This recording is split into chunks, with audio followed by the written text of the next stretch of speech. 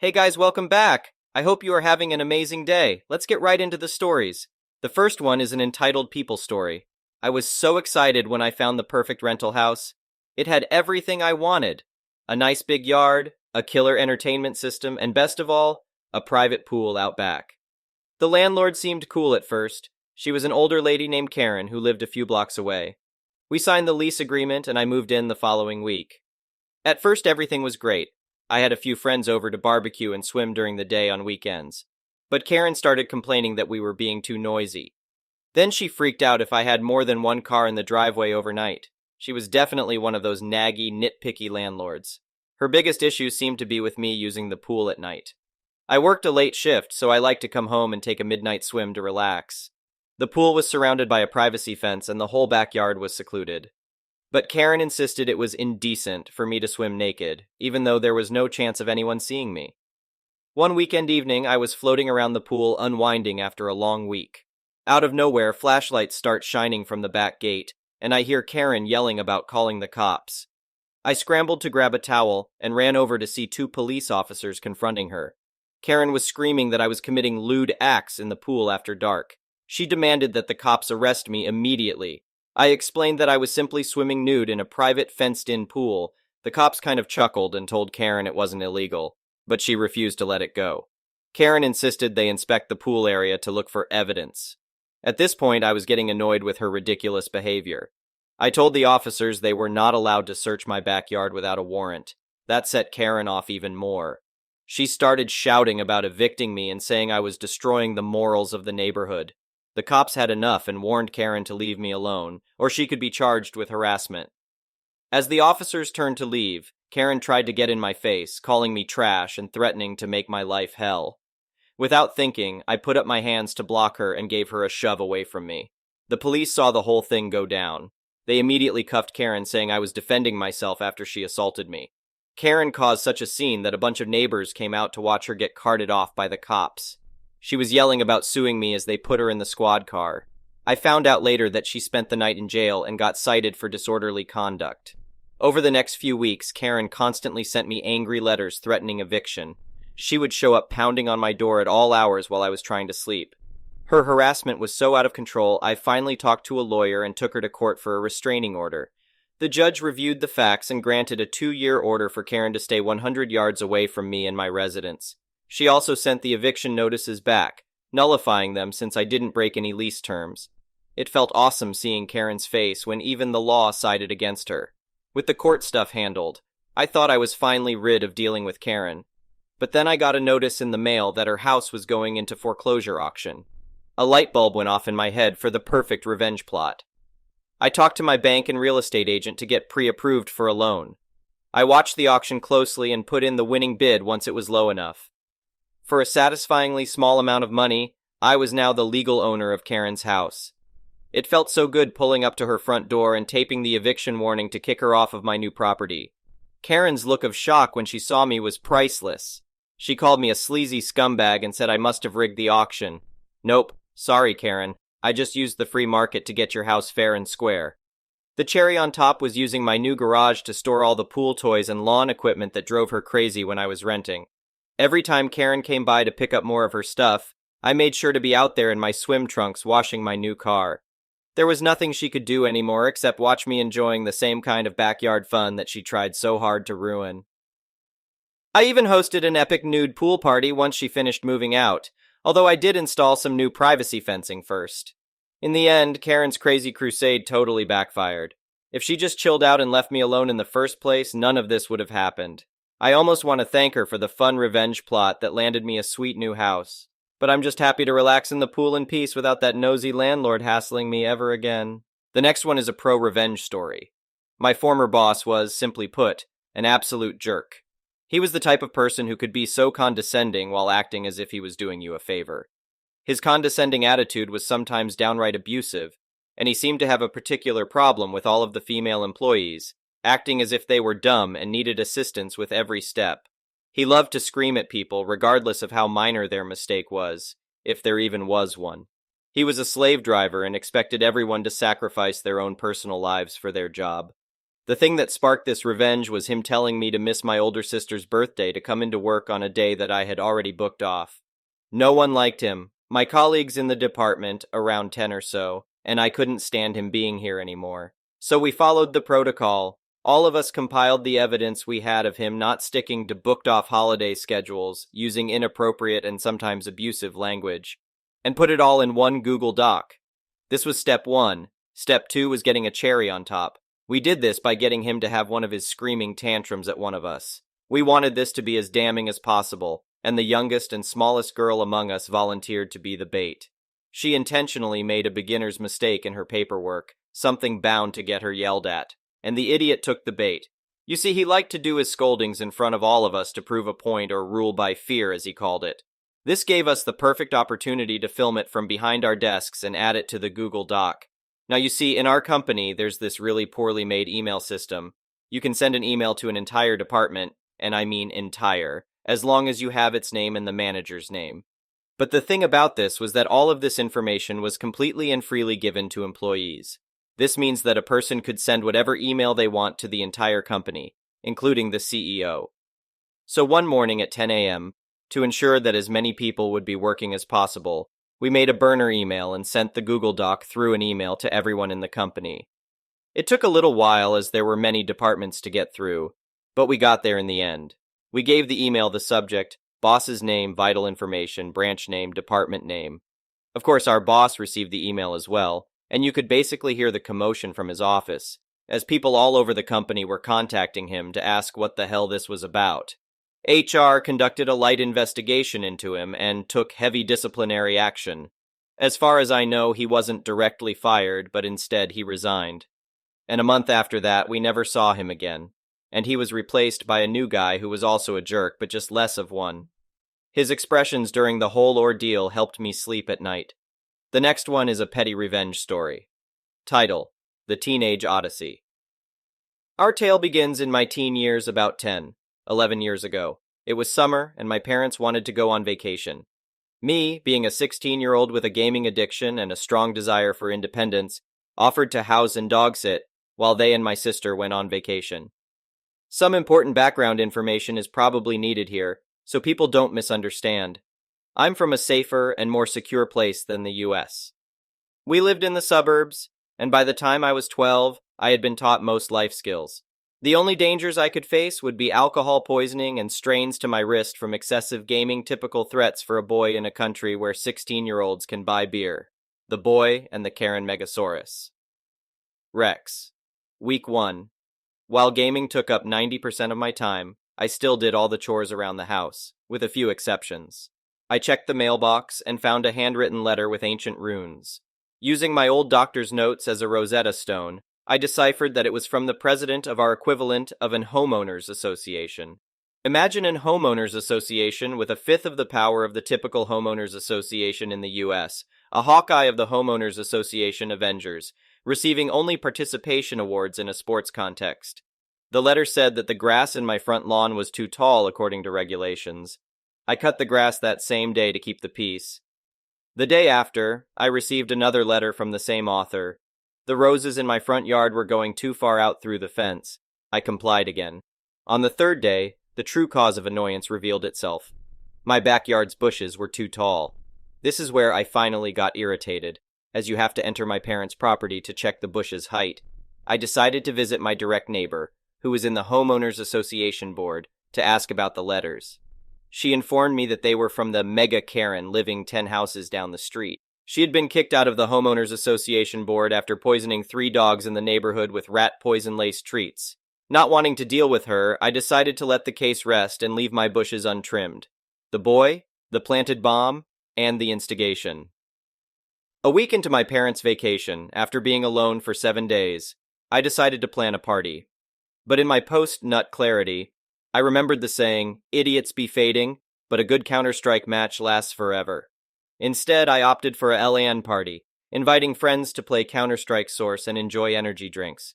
During the LAN party, a loud knock on the door brought 2 surprised cops.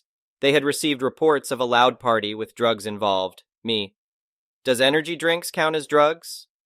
Cop 2. No. Me. Then I have no idea what you are talking about. The cops realized they had been misled and left, and we continued our gaming. 2 days later, the mega Karen showed up at my door, yelling that my drug party kept her up all night. I reminded her that the homeowners association had no power to take our house, and that she was kicked out of the homeowners association due to the poisoning incident. I also told her that I didn't even have a party, and that she needed to stay away from my backyard.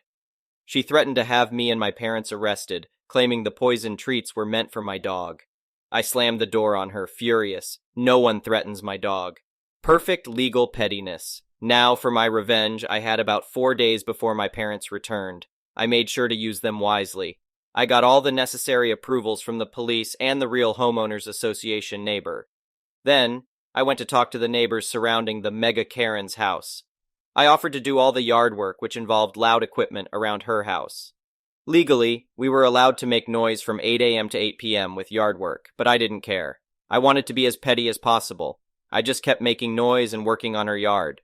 Whenever she complained, I simply told her that her plants weren't up to homeowners association standards. On a Friday at 8 a.m., my friends and I gathered in front of her house. We made sure to have all the tools ready, and we were set for our revenge. We used speakers at the exact legal limit for noise, and most of her neighbors joined in during the day. The mega Karen called the cops twice, but they left after seeing my permits. We kept up the noise until the exact time limit. The next one is a malicious compliance story. Some setup of the scene. This would have been back in the mid-1970s. I was in elementary school. I don't remember what grade age, but that school was 1st through 3rd, so I was somewhere between 5 and 8 years old. Although I remember starting to dislike school because of being bullied by classmates in 2nd grade. So it was more likely 2nd or 3rd grade. Age 6, 7.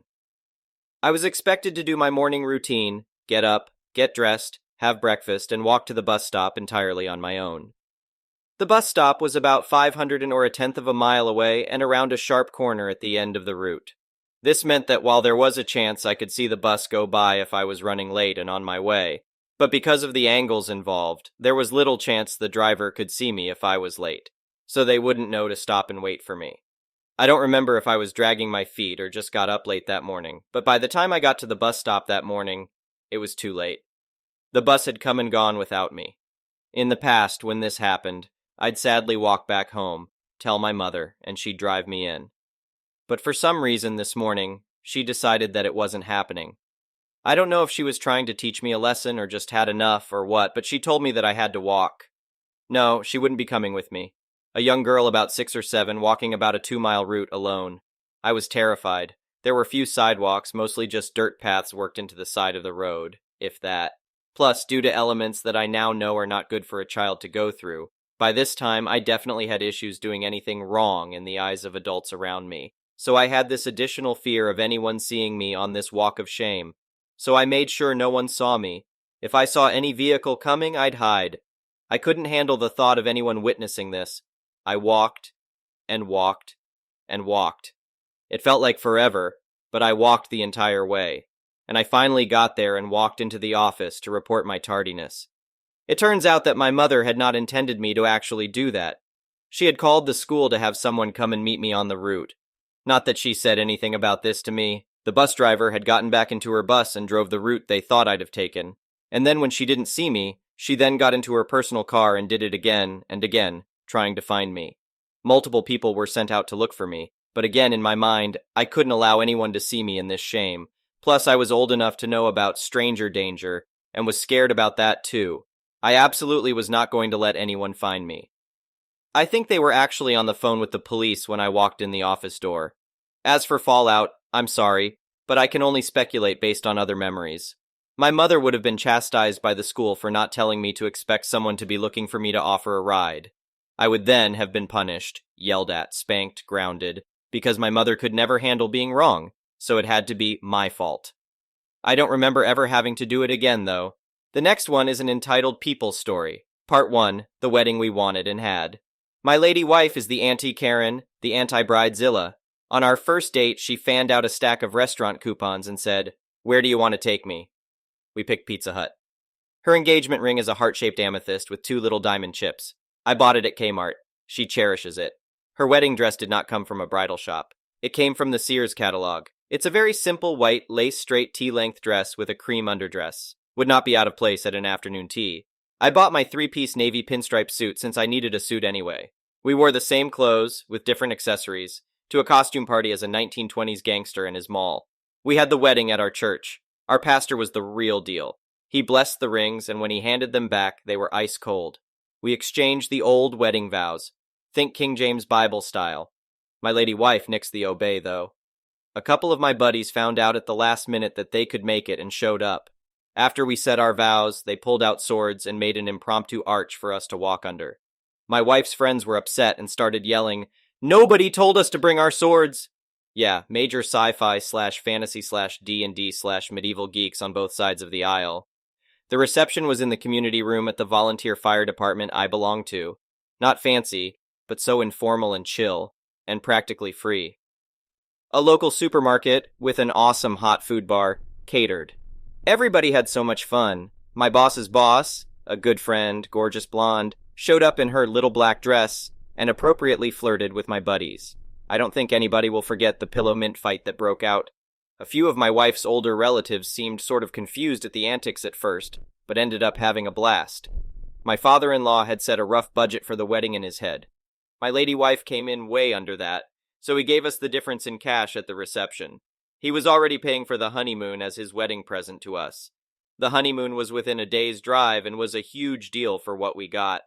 My lady wife remembers the complete total spent by us and Phil as $2,000 in 1992, which included the honeymoon. So under $4,500 today, 32 years together, 31 years married this October.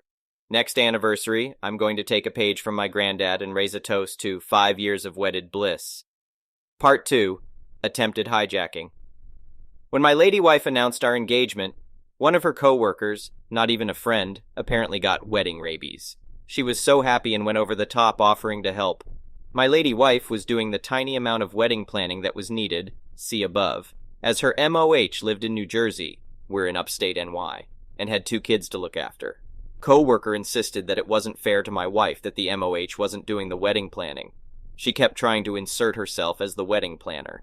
Nice of her to offer, but she wanted to arrange our wedding the way she wanted it. Whiskey Tango Foxtrot, no, we did not want frou-frou centerpiece thingies or any of that nonsense. Co-worker, not knowing my wife well, of course, had zero clue what our tastes are. My wife's MOH was already making custom silk flowers for us and the tables as a wedding present. I think co-worker was delusional enough to think she could weasel her way into being Mo-H. My wife kept politely but firmly shutting her down. The last straw was when co-worker called me to tell me about the surprise bridal shower she was throwing for my wife so I could get her there. Oh, hell no. First, my wife was already going to have a bridal shower at our house. Phil and I went down to the fire hall and watched baseball. Second, my wife hates surprise parties. Third, my wife would never have picked that restaurant. An overpriced steakhouse is the absolute last restaurant we would ever pick. Fourth, who the heck was co-worker planning on inviting? She didn't know any of my wife's friends. Wife shut that down hard. She immediately called co-worker and told her off. No meltdown, no yelling, no screaming, no bad language or insults. Just pure anger, as hot and bright as a welder's torch. Cue tears from co-worker. Boo-hoo-hoo, I was just trying to help. Nope. Denied. We joke that you need to keep my lady wife away from breakable objects when she's angry. Cities, mountain ranges, that kind of fragile stuff. Drama over, and the wedding happened. The next one is an entitled parent story. On the weekend immediately after July 4th, I hosted a family BBQ. My slightly older cousin in her mid-30s had told me that she was not coming a week in advance. Then about 2 hours before the event, she changed her mind and told me she would be coming with her husband and her 5-year-old baby girl. This wasn't a problem because we bought enough food for there to be lots of leftovers. While we were there, my husband and I were slaving away in front of 3 BBQs in the yard to cook for a group of 24 people plus 1 baby. We didn't have time to take a break or go inside with everyone else. They were inside because it was raining. During this time, my cousin or her husband constantly came over to complain about our food. They were the only ones who complained the food was too salty. Everyone else who came over to speak with us loved and devoured the food. After the Wagyu tomahawks were served, my cousin came over again. This time her face was red, and she was livid. It was red from anger and not drinking. She's a non-drinker. She started complaining that we should have known better that her baby couldn't eat such salty foods. and that we should have made separate food for them, unseasoned. I told her that there was no way we could have done that. We already bought all the food we needed beforehand. Everything was seasoned or dry brined ahead of time. I suggested giving her a big bowl of water so she could try washing off any seasoning before feeding her baby, but she said that wasn't good enough. That's when her husband showed up and suggested that I go to the butcher and buy another tomahawk and come back.